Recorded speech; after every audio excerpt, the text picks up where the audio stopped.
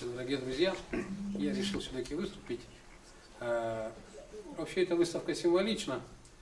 Почему? Потому что вот организаторы выставки очень мудро поступили, показали вот древний пласт культуры, вот, который на заднем плане. На фото. Да, на фото, да.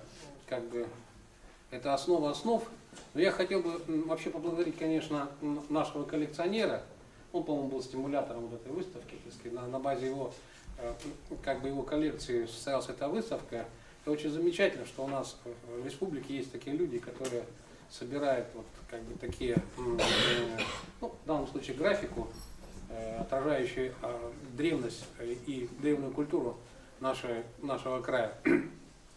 Но я, побудительным мотивом меня как бы вот выступление явилось приезд одного тут искусствоведа, который, главный лейтмотив его выступлений, ну, я слежу за ним, он говорит, пора прекратить цитировать, в общем, время цитирования уже кончилось, надо, вообще говоря, уже развивать это дело. Но на самом деле, вот судя по этой вот выставке, мы только-только осознали, то есть наши художники осознали и подступили вот к нашему древнему пласту культуры, чтобы прекращать цитировать, надо знать, что цитировать. Ну, они не знают это цитирование.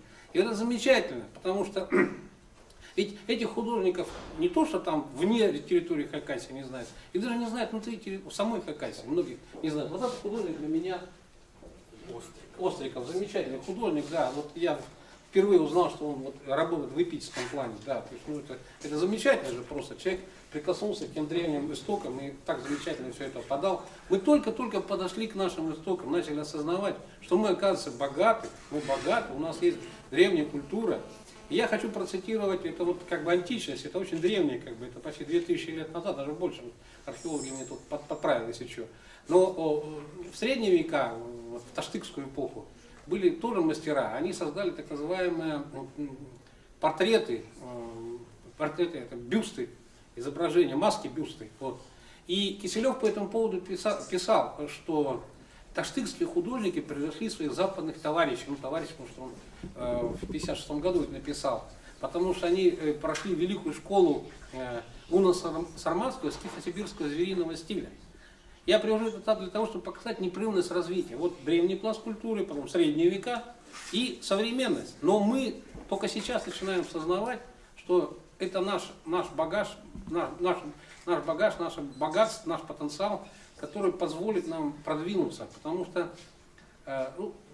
в любой профессиональной деятельности человек дорастает до определенного уровня, он становится профессионалом, но у него еще должна быть тема для своих исследований. И в этом случае вот очень органично смотрятся работы Сагалакова, Гоши. Ну, я просто удивлен, вот это вот сумрачные всадники, вот они вот такие, как бы, где-то там вдали смотрится, это может только домысливать. И вот он, смотря на все это, вспоминает, зов предков в нем говорит генетически, и он начинает это изображать. Замечательная работа, я просто их не видел, я этому очень удивлен. Многие работы, конечно, я видел, графиков почти всех видел, но в живописи еще только предстоит. Поэтому я поздравляю вас всех с открытием этой выставки и поздравляю наших художников, и считаю, надо побольше обращать внимание на нашу древность, на нашу античность, на нашу...